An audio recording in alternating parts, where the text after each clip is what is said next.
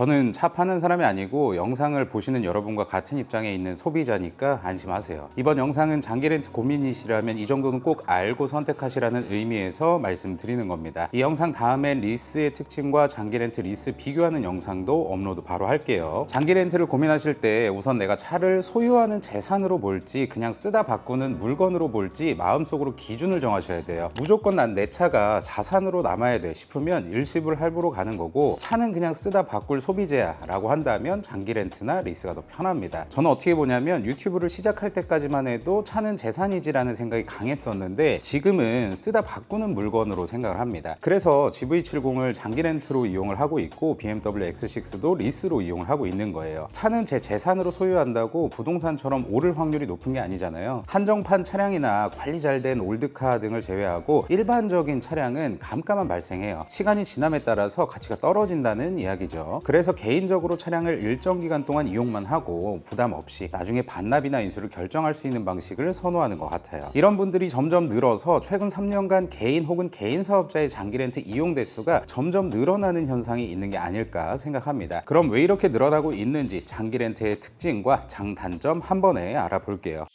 우선 장기 렌트의 구조를 보겠습니다. 쉽게 말해서 장기 렌트는 넷플릭스처럼 차를 구독하는 서비스라고 보시면 돼요. 차량 명의는 차량을 빌려주는 렌트카 회사 명의로 등록이 되고요. 계약하는 조건대로 차를 빌려주는 겁니다. 계약 기간은 보통 36개월, 48개월, 60개월, 즉 3, 4, 5년을 정하고 계약을 진행하는데요. 그 기간에 이용자가 내는 월 렌트료 안에는 차값이 나눠진 금액, 취득세와 자동차세, 자동차 보험료가 전부 들어있어요. 그래서 월 단위로 정해진 돈만 내면 끝이라 가계부 쓰기도 편합니다. 넷플릭스로 예를 들면 한 달 요금 내고 영화도 보고 만화도 보고 드라마도 보고 다 하잖아요. 그런 느낌이에요. 여기서 장기 렌트의 첫 번째 장점에 대해서 말씀드리면 1금융권, 캐피탈 할부나 리스와는 다르게 대출 한도에 영향을 주지 않습니다. 다음 달 7월부터 스트레스 DSR 3단계가 시작돼서 대출 받을 수 있는 한도가 줄어들게 되죠. 차를 할부나 리스로 사거나 이용을 하면 그 금액이 대출로 잡혀서 DSR 계산표에 그대로 올라갑니다. 그러면 집 살 때 받을 수 있는 주담대 한도나 기타 대출 한도가 줄어들어요. 근데 장기 렌트는 이야기가 달라집니다. 렌트료는 임대료라서 신용정보원에 대출로 등록되지도 않고 DSR에도 포함되지 않는 경우가 많은데요. 이런 특징 때문에 월 납입금 50만 원짜리 차를 타도 대출 한도는 그대로 유지가 되는 거죠. 그래서 부동산 커뮤니티 보면 차는 렌트로 돌리고 DSR 비워둬라는 팁이 자주 올라오곤 합니다. 그리고 월 납입금만 내면 신용 점수에도 비교적 영향을 적게 주는데요. 할부 이용할 때 잔액 수천만 원은 등급을 떨어뜨리게 되는데 장기 렌트 렌트료는 조회 정보로만 남고 채무로 찍히지 않는 경우가 많아요. 다만 우리가 학교 숙제를 안 하면 혼나는 것처럼 렌트료를 연체하면 바로 CB사에서 통보돼서 신용 점수가 바로 떨어집니다. 이건 계약을 위반한 거니까 당연히 그래야 된다고 생각을 해요. 자, 정리하자면 집 살 계획이 있거나 이미 대출 한도가 빠듯한 분이라면 차를 소유하는 대신에 이용으로 돌려서 DSR 숨통을 틔워주는 것도 방법인 거죠. 이렇게 하면 같은 월 납부액이라도 신용 점수와 대출 한도에서 여유가 생기니까 말 그대로 답답한 상황에 산소호흡기 달아주는 셈이에요. 개인이나 개인 사업자 모두에게 유리한 경우가 생길 수가 있겠죠. 다음 두 번째 장점으로는 내가 희망하는 차량의 등급이나 옵션을 선택해서 차량을 렌트로 이용할 수도 있고 현재 렌트 회사에서 보유하고 있는 차량들을 즉시 출고 받을 수도 있다는 점입니다. 선택을 하시는 건데요. 장기 렌트 회사들은 국산차의 경우에 인기 모델과 옵션으로 미리 대량으로 사서 차 보관 창고에 줄 세워둡니다. 그래서 계약서만 쓰면 일주일, 길어야 보름 안에 번호판까지 달고 내 눈앞에 딱 나타나요. 예를 들어서 현금 일시불이나 할부로 스포티지 하이브리드 주문하면 대기만 두세 달에서 길게는 4달까지 걸린다고 저도 월 초에 말씀드렸는데요. 즉시 출고 차량 리스트에 원하는 스포티지 차량이 있다면 계약하시면 금방 출고됩니다. 렌트카 회사에서 왜 이렇게 차를 빨리 주냐면 렌트카 회사 입장에서는 차를 놀리는 순간순간이 손해라 우리 대신 먼저 거액을 지불해두고 빨리 빌려가세요 하고 월 렌트료를 회수하는 구조기 때문에 그래요. 게다가 렌트사가 차량을 대량으로 구매할 때는 흰색, 검정색 같은 인기 색상에 열선, 통풍 같은 필수 옵션을 중간 이상 트림으로 맞춰놓기 때문에 옵션 빠진 깡통차 이런 걱정은 많이 줄어듭니다. 물론 완벽하진 않아요. 재고가 다 팔리면 내가 원하는 모델이나 색상이 없을 수도 있고요. 하지만 출퇴근용이나 영업용처럼 차가 당장 필요한 상황이라면 거의 유일한 탈출구가 즉시 출고 장기 렌트입니다. 주문 버튼 누르자마자 한참 새로 고침해서 배송 조회할 필요도 없어요. 정리하면 즉시 출고 장기 렌트는 미리 조리된 라면이 전자레인지 안에서 내 차례만 기다리는 기다리는 편의점 음식 솔루션 같은 거예요. 기다림의 스트레스를 월 렌트료로 해결하는 셈이니까 급하게 차가 필요한 분들에게는 이보다 시원한 방법이 없습니다. 다음 세 번째 장점은 2024년에 변경된 건데 장기 렌트로 차량을 이용해도 운전 경력을 인정받아요. 자동차 보험료가 왜 사람마다 다르냐면 보험사는 이 사람이 운전을 얼마나 오래 얼마나 안전하게 했는지를 보고 점수를 매깁니다. 이게 바로 운전 경력인데 예전에 장기 렌트를 타면 경력이 끊겨서 할인 혜택을 못 받았어요. 근데 2024년부터 제도가 바뀌었습니다. 장기 렌트로 1년 이상 무사고로 달리면 그 기록이 그대로 보험 경력으로 인정되기 시작한 거죠. 덕분에 첫 자차 보험을 들 때 11등급에서 시작해야 됐던 분들도 장기 렌트 무사고 3년이면 8등급 안팎으로 할인을 받을 수 있습니다. 이게 젊은 운전자에게 특히 꿀인데요. 만 26세 미만은 보험료가 200만 원 훌쩍 넘기기도 하는데 장기 렌트로 2, 3년 무사고 기록을 쌓으면 첫 자차 보험료를 수십만 원 단위로 줄일 수 있는 거죠. 장기 렌트 계약할 때 보험 가입 특약에 운전 경력 인정 요청 체크만 하면 쉽게 인정받을 수 있고요. 렌트사가 보험사에 무사고 사실을 전산으로 넘겨주니까 편하죠. 다음으로는 차량 사고가 나도 할증 개념이 없습니다. 월 납입금이 오르질 않아요. 자동차 사고가 났다 하면 올해 보험료 또 오른다 하고 가슴이 이제 철렁하잖아요. 근데 장기 렌트는 사고가 나도 제 개인 보험료가 1원도 올라가지 않습니다. 핵심은 차 명의와 보험이 전부 렌트사 법인, 즉 렌트카 회사 이름으로 묶여 있다는 점이에요. 그래서 사고 이력은 렌트카 쪽 기록장에만 남고 제 이름에 찍힌 개인 보험 성적표에 도장 하나 찍히지 않습니다. 사고가 났을 때 렌트사 24시 콜센터에 전화 한 통만 하면 렌트사 보험으로 일괄 처리되고요. 저는 계약할 때 미리 약속한 면책금, 예를 들어서 면책금이 30만 원이었다면 30만 원만 내면 게임은 끝입니다. 렌트카 회사 입장에서도 빌려준 차량에 사고가 잦으면 다음 계약할 때 렌트료를 살짝 올릴 수 있지만 그건 구독료 조정일 뿐이지 개인 보험 등급이 내려가는 건 아니어서 내 이름으로 새 차를 살 때 보험료가 폭탄처럼 튀는 일은 없습니다. 이런 구조 덕분에 실제로 초보 운전자나 사고 경력이 걱정이신 분들이 장기 렌트를 많이 찾아요. 물론 면책금을 내지 않으려고 사고를 숨기면 안 됩니다. 렌트사가 지정한 정비 공장을 쓰지 않거나 사고 사실을 늦게 알리면 면책금 대신 전액을 물어야 할 수도 있으니까요. 저도 얼마 전에 장기 렌트로 이용하는 차량을 누가 긁고 갔는데 못 잡았거든요. 뒷바퀴 휀다랑 범퍼가 한 번에 긁혔는데 이것도 전화로 접수하고 지정된 곳에서 30만 원만 내고 전부 수리했어요. 제 명의의 차량이었다면 적어도 2배 이상 수리비가 나갔을 텐데 그때 내신 기분이 좋더라고요. 큰 틀에서 보면 장기 렌트 사고 처리 과정은 렌트사가 울타리가 돼주고 나는 정해진 매월 렌트 비용만 내면 끝이라는 식이라서 개인 보험 할증 때문에 속쓰렸던 분들에게는 꽤 매력적인 방패가 된다고 볼 수 있습니다. 마지막 다섯 번째는 사업자라면 세무나 회계 처리가 간편하다는 점입니다. 업무용 승용차 규제를 받는 차부터 볼게요. 세금 법규에서 말하는 이런 차량을 제외한 일반 승용차를 뜻하는데요. 연간 차값 비용은 딱 800만 원, 기름, 보험, 세차 같은 운영비는 700만 원을 더해서 1,500만 원까지만 사업용 비용으로 인정을 해줍니다. 이 한도를 넘기면 초과분은 비용으로 빠지지 않아요. 우리가 매월 내는 장기 렌트료는 차값과 유지비가 섞여 있는데 유일하게 국세청이 렌트료의 70%를 차값, 30%를 운행비로 본다라는 공식까지 만들어놨어요. 덕분에 회계 담당 부서나 개인 사업자 세무 담당해주시는 분들은 렌트사가 보내주는 세금 계산서 한 장을 받아서 금액을 차값 70%, 유지비 30%로 나눠서 장부에 적기만 하면 끝입니다. 복잡한 계산기도 필요가 없고요. 쉽게 말해서 급식 시판에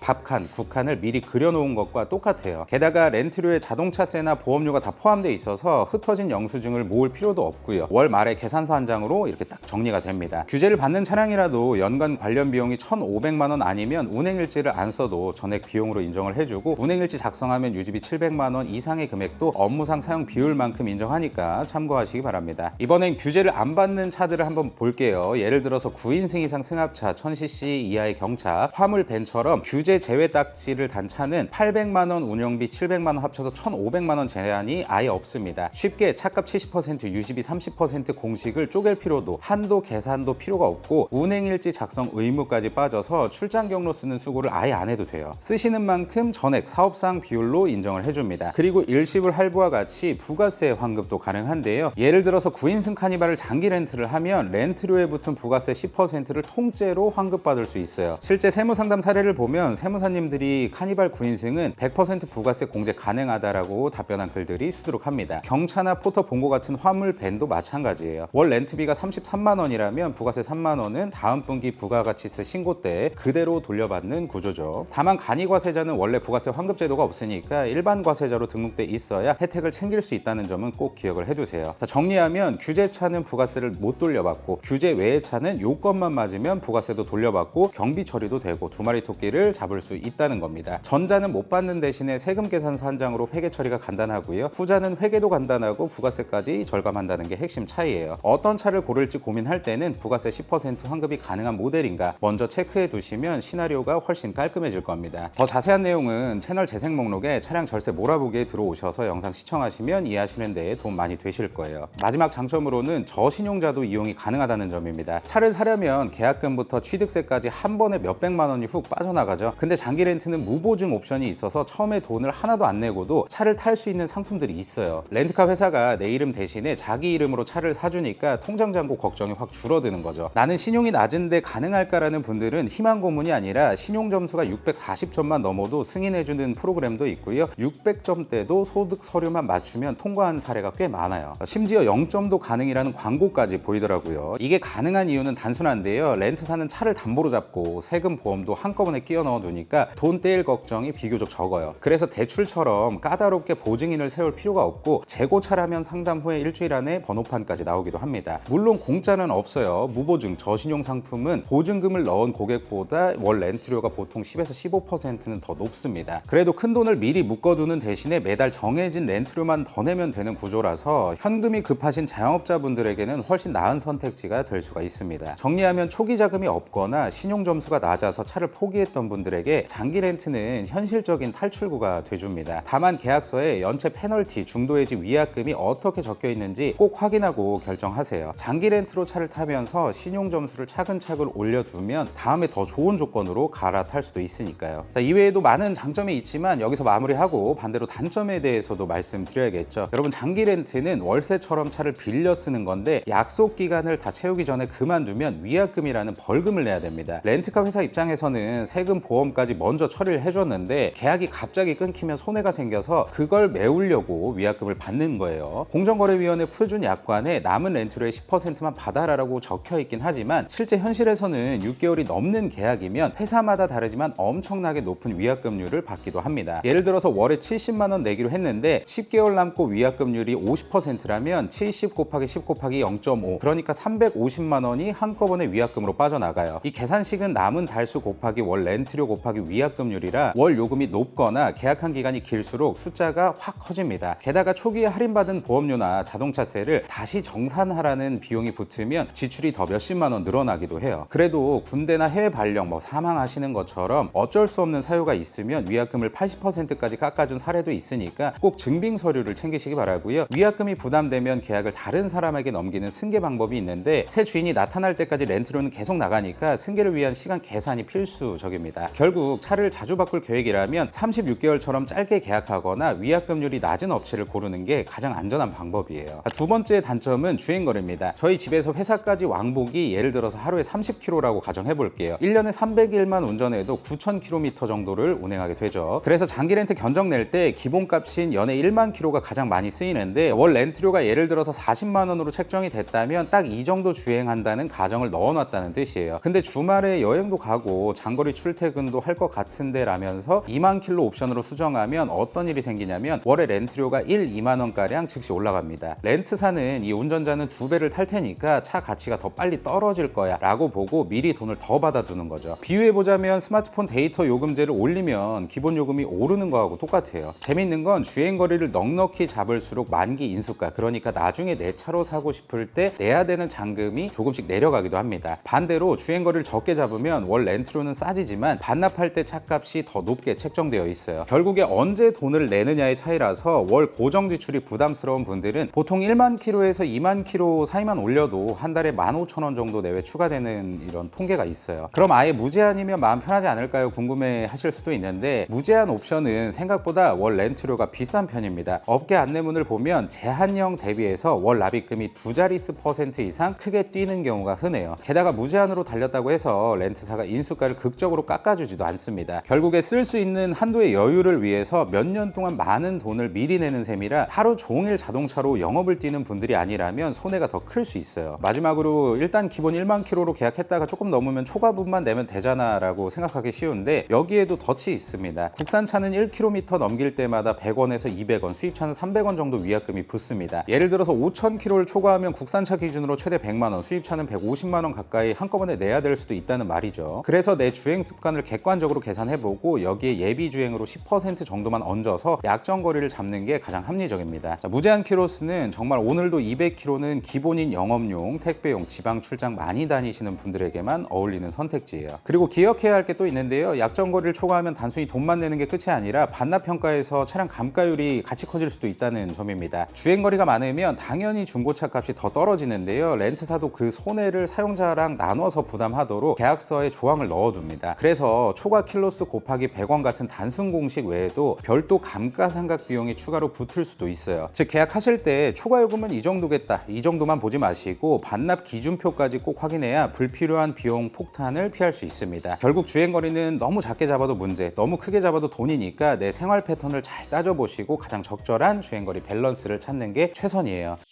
이번 영상에서는 리스, 그 중에서도 차량을 빌려 타고 계약이 끝난 후에 반납과 인수를 선택할 수 있는 운용 리스에 대해서 말씀드릴게요. 본론으로 돌아와서 쉽게 리스에는 금융 리스, 운용 리스, 이용자 명의 리스 이렇게 세 가지가 있는데요. 먼저 금융 리스부터 말씀드릴게요. 쉽게 말해서 은행에서 돈을 빌려서 차를 사는 할부랑 비슷합니다. 계약 기간에는 차 주인이 리스사지만 기간이 끝나면 자동차가 이용자 명의로 넘어와요. 그래서 매달 내는 돈이 가장 크지만 나중에 중고로 팔면 그 돈은 전부 이용자 몫이 되고요. 주행거리 제한도 없고 튜닝도 마음대로 할 수 있지만 중간에 계약을 끊으려면 남은 돈을 한 번에 다 갚아야 돼서 부담이 큽니다. 다음 운용 리스는 장기 렌트카라고 생각하시면 편한데요. 차 주인은 끝까지 리스사입니다. 계약하시는 이용 개월수에 따라서 3년에서 5년 정도까지 타다가 반납하거나 잔존가치 해당 시점에 중고차의 가격을 내고 살 수도 있어요. 월 납입액이 비교적 낮기도 하고요. 반면에 약속한 운행거리보다 많이 달리거나 차를 긁으면 위약금이라는 흔히 말해서 벌금을 물게 되고 계약을 빨리 끝내면 위약금이 세서 계획이 중요합니다. 차값이 떨어져도 이용자가 책임질 필요가 없다라는 건 장점이에요. 이용자 명의 리스는 등록증에 이용자 명의 이름으로 찍히지만 실제 주인은 리스사입니다. 경차나 화물차, 9인승 승합차처럼 법에서 정한 차종만 부가세 10%를 돌려받을 수 있어서 사업자분들이 좋아하세요. 대신에 등록세 5%는 바로 내야 되고요. 반납하려면 또 세금 문제를 해결해야 됩니다. 주행거리 제한이 없고 캠핑용 튜닝도 자유롭지만 만기 때 차를 안 사면 등록세를 다시 낼 수도 있어요. 쉽게 정리하면 내 차로 남기고 자유롭게 누릴래 라고 하면 금융리스, 빌려 타고 관리 스트레스를 줄일래 이게 중요하다면 운용리스, 등록은 내 이름, 세금 혜택까지 챙길래 하시면 이용자 명의리스라고 기억을 하시면 됩니다. 초기 비용은 보통 금융리스가 가장 크고요. 운용리스는 거의 없다시피 하고 이용자 명의리스는 그 중간입니다. 월 납입액은 운용리스가 가장 낮고 금융리스가 가장 높아요. 대신 계약이 끝나고 내 재산이 남는 건 금융리스 뿐이라는 것도 꼭 기억을 해주세요. 자, 방금 말씀드린 세 가지 중에서 그 중에서도 이번 영상에서는 우리가 리스라고 하면 가장 많이 이용하는 운용 리스에 대해서 말씀드릴게요. 우선 첫 번째 장점부터 보면 운용 리스는 새 차를 뽑을 때, 새 차를 이용할 때 필요한 목돈 스트레스가 거의 없습니다. 차를 바로 사려면 차값의 7%, 취득세, 번호판, 공채, 탁송료 같은 등록비와 첫 해 자동차세와 보험료까지 한꺼번에 내야 되잖아요. 4천만 원짜리 차량이라면 세금만 280만 원이 훌쩍 넘고 보험료까지 합치면 350만 원도 가뿐히 넘는 경우가 많은데요. 그 돈이 한 번에 빠져나가면 통장 잔액이 무서울 정도로 줄어들겠죠. 운용 리스는 리스 회사가 이용자 대신 차량을 대신 사고 자기 이름으로 등록해서 세금, 등록비를 먼저 내줍니다. 이용자는 그 금액을 월 리스료에 잘게 나눠서 갚기만 하면 되니까 첫 달에 이 지출 쇼크가 사라지게 되는 거죠. 카드값이나 월세처럼 정해진 지출만 관리하면 되니까 가계부를 쓰기도 쉽고 회사라면 현금 보유고를 다른 투자에 투입할 여지가 생깁니다. 사업 초기에 현금이 피 같은데 차는 꼭 있어야 된다 이런 분들께는 운용 리스가 첫 번째 대안이 될 수 있겠죠. 자, 둘째로는 매달 내는 돈이 할부보다 좀 낮습니다. 리스료를 계산할 때는 차값에서 3에서 5년 뒤에 예상 중고값, 즉 잔존 가치를 먼저 빼고 남은 금액만 나눠서 냅니다. 같은 4천만 원 차량을 3년 계약으로 보면 잔존 가치를 2천만 원으로 잡았을 때 이용자는 2천만 원에 대한 원금과 이자만 내면 되는 거죠. 이자와 원금이 절반이니까 당연히 적게 붙고요. 실제로 국산 SUV 48개월 계약을 비교해보면 할부는 월에 90만 원대가 나오기도 하고요. 운용 리스는 잔존 가치 50% 설정했을 때 월에 55만 원 선부터 시작하는 경우가 많습니다. 수입차는 제조사 파이낸셜로 잔존 가치를 50% 이상 보장해서 더 비싼 차를 비슷한 월 납입금으로 탈 수가 있어요. 잔존 가치를 높이면 높일수록 월 납입액이 내려가지만 만기에 인수하려면 그 금액을 내야 되니까 반납할 건지 인수할 건지 미리 생각하시고 잔존 가치를 설정하시면 좋습니다. 그리고 주행거리를 적게 잡으면 잔존 가치가 더 높아져서 월 납입액이 내려가고 많이 잡으면 올라가는 구조라서 매일 100km 출퇴근인지 주말 마트용인지 뭐 이런 것들을 잘 맞춰 고르시면 되겠어요. 다음 장점은 차값이 떨어져도 제 지갑이 다치지 않습니다. 새 차는 집에 도착하자마자 가치가 뚝뚝 떨어지죠. 특히 전기차처럼 기술과 보조금이 빠르게 변하는 차는 3년 뒤의 시세를 예측하기가 어렵습니다. 운용 리스에서는 그런 감가 위험을 리스 회사가 떠안기 때문에 이용자는 계약이 끝나면 차를 반납하고 끝내면 되고 중고차 값이 얼마가 내려갔는지 리스사가 고민할 문제예요. 차량 사고가 나서 수리비가 많이 들어가도 처음에 약속한 잔존 가치는 유지되니까 추가 비용이 덜 듭니다. 반대로 뭐 희귀한 모델이라서 중고차 값이 오른다고 하더라도 그 이익은 리스사가 가져가지만 손해보기 싫다는 마음이 더 크다면 이 구조가 훨씬 안전해요. 중고 시세 검색, 뭐 판매글 작성, 딜러와의 흥정, 서류 이전 같은 과정도 생략돼서 시간과 스트레스를 아낄 수가 있습니다. 다음 네 번째는 차를 자주 바꾸기가 쉬워요. 운용 리스는 보통 24, 36, 48, 60개월과 같은 기간으로 계약하는데 만기가 되면 반납, 매입, 재리스 세 가지 메뉴 중에 마음대로 고르실 수가 있습니다. 최신 모델이 나오면 반납하고 새 차로 다시 리스하면 되고 지금 탄 차가 마음에 들면 약속된 잔존 가치만 내고 다시 이용자 명의로 가져올 수 있습니다. 그리고 같은 차를 더 타고 싶다면 기간을 연장하면 되고요. 이외에도 장점이 많겠지만 여기서 줄이고요. 반대로 단점도 알아봐야겠죠. 첫 번째, 중도 해지 위약금은 생각보다 훨씬 세고 무섭습니다. 48개월 계약을 하고 24개월만 타고 끝내면 리스사에 따라서 남은 리스료 원금의 20%에서 최대 80%까지 위약료를 곱해서 한꺼번에 위약금을 내야 돼요. 금융감독원 분쟁 조정 사례를 보면 3,200만 원짜리 계약을 2년 만에 해지하면서 위약금만 620만 원 물고 남은 보험의 정비비까지 합쳐서 900만 원 가까이 떠하는 사람도 있습니다. 문제는 브랜드마다 차종마다 잔여 기간에 따라서 계산식이 통일돼 있지 않아서 이게 해지 정산서를 받기 전까지 정확한 금액을 알 길이 없어요. 이걸 피하기 위해서 승계 서비스를 통해서 다른 사람에게 넘긴다고 하더라도 승계 수수료, 신용심사 비용이라든지 잔여 정비료가 붙어서 한숨 돌릴 정도로 줄어들 뿐입니다. 따라서 해외 발령이나 가족 수의 증가, 생활권 변경처럼 변수가 많은 분들은 세상이 어떻게 변해도 내가 계약한 기간만큼 탈 수 있을까를 먼저 따져보셔야 됩니다. 리스에서는 갑작스러운 인생의 변화를 손쉽게 받아줄 만한 유연성이 생각보다 적어요. 한마디로 운용 리스는 계약 날짜가 곧 안전벨트라서 중간에 문 열고 내리려면 상당한 대가를 치르셔야 한다는 점 꼭 기억하시기 바랍니다. 두 번째로는 저신용자분들은 이용하기가 사실상 힘들다는 점입니다. 장기 렌트는 저신용인 분들이 이용 가능한 상품들이 있지만 리스는 금융상품이기 때문에 사실상 신용 점수가 낮은 분들은 이용하기가 힘들어요. 운용 리스는 리스사가 차값을 대신 내주고 우리는 달마다 돈을 갚는 구조라서 이게 집 살 때 받는 대출이랑 비슷합니다. 그래서 캐피탈사는 이 사람이 돈을 잘 갚을까를 먼저 따지고 그 판단을 기준으로 신용 점수를 가장 먼저 봅니다. 보통 나이스 기준 700점, 옛날에 6등급쯤은 돼야 심사의 문턱을 넘고 그 미치면 신청이 바로 거절되거나 선납금, 보증금을 왕창 요구를 받습니다. 저도 2022년에 차량 리스 심사 넣을 때 나이가 어려서 보증금 30%를 무조건 맞춰야 됐어요. 한 4천만 원 냈던 것 같아요. 말씀드린 것처럼 이용 못하기도 하지만 된다고 하더라도 신용 점수가 낮으면 원래는 월에 50만 원만 내면 되는 상품이 월 리스료가 70만 원까지 훌쩍 뛰는 경우도 있어요. 왜 이렇게 깐깐하냐면 리스사는 계약이 끝난 뒤에 차를 중고로 팔아서 돈을 회수해야 되는데 연체가 생기면 손실 위험이 커지니까 그래요. 참고로 리스 승계로 차를 넘겨받을 때도 신용을 다시 보게 되는데 연체 기록이 있으면 심사가 바로 거절될 수 있습니다. 결국 요약하면 신용이 약하면 운용 리스 문턱도 높다. 점수부터 차근차근 올리거나 보증금이나 선납금을 늘리는 식으로 대비하고 안 되면 장기 렌트를 먼저 검토해보는 게 좋은 방법이라고 봅니다. 이런 조건을 몰랐다가 계약서 앞에서 깜짝 놀라시는 분들이 진짜 많으니까 꼭 기억해두세요. 세 번째 단점은 무제한 주행거리 설정이 힘들다는 거예요. 계약할 때 계약서에는 연 주행거리 1만, 1만 5천, 2만 킬로처럼 숫자가 박혀 있는데 이걸 넘기게 되면 1km당 200원에서 많게는 300원까지 초과료가 붙습니다. 출퇴근 거리가 예상보다 10km만 길어져도 하루에 40km를 달리면 1년 사이에 3,600km가 초과가 되고 3년 계약이면 10,000km를 훌쩍 넘게 되거든요. 킬로미터당 300원을 적용하면 300만 원이 한 번에 청구가 되는 거죠. 이게 단순히 기름값 개념이 아니라 약속 어긴 벌금이라 할인이나 조정도 거의 없어요. 리스 처음 이용할 때 그러면 매년 주행거리를 체크하냐 이런 궁금증이 생기실 텐데 계약 기간이 끝날 때 한 번에 체크를 합니다. 예를 들어서 연간 주행거리 2만 킬로미터고 계약 기간이 5년이었다면 5년 계약 기간이 끝날 때 10만 킬로미터만 안 넘으면 되는 거니까 그건 안심하세요. 네 번째 단점으로는 장기 렌트와는 다르게 자동차 보험을 계약자가 직접 가입해야 한다는 점입니다. 운용 리스로 차를 빌리면 보험은 리스사가 대신 들어주는 게 아니에요. 차 주인이 리스사라도 사고의 책임은 운전자인 우리가 지기 때문에 직접 자동차 종합보험을 꼭 가입해야 되는데요. 보험을 안 들거나 갱신을 기간을 놓치면 계약을 끊고 차를 즉시 반납하라고 요구할 수도 있다고 써 있어요. 이런 특징 때문에 사고 기록이 많아도 리스료는 그대로인데 보험료만 확 올라가고 무사고면 할인 경력이 내 이름으로 쌓이는 건 어떻게 보면 장점입니다. 그리고 자차 보험 가입하실 때 질권 설정 때문에 빼기가 어려워요. 이 질권 설정은 나중에 사고가 나면 리스사가 먼저 보험금을 받아야 돼서 하는 거고요. 그래서 보험 견적 받을 때는 대인, 대물, 자차, 특약, 질권까지 한 번에 계산해보고 리스료와 더해서 총 월 부담을 비교해야 진짜 비용을 알 수 있습니다.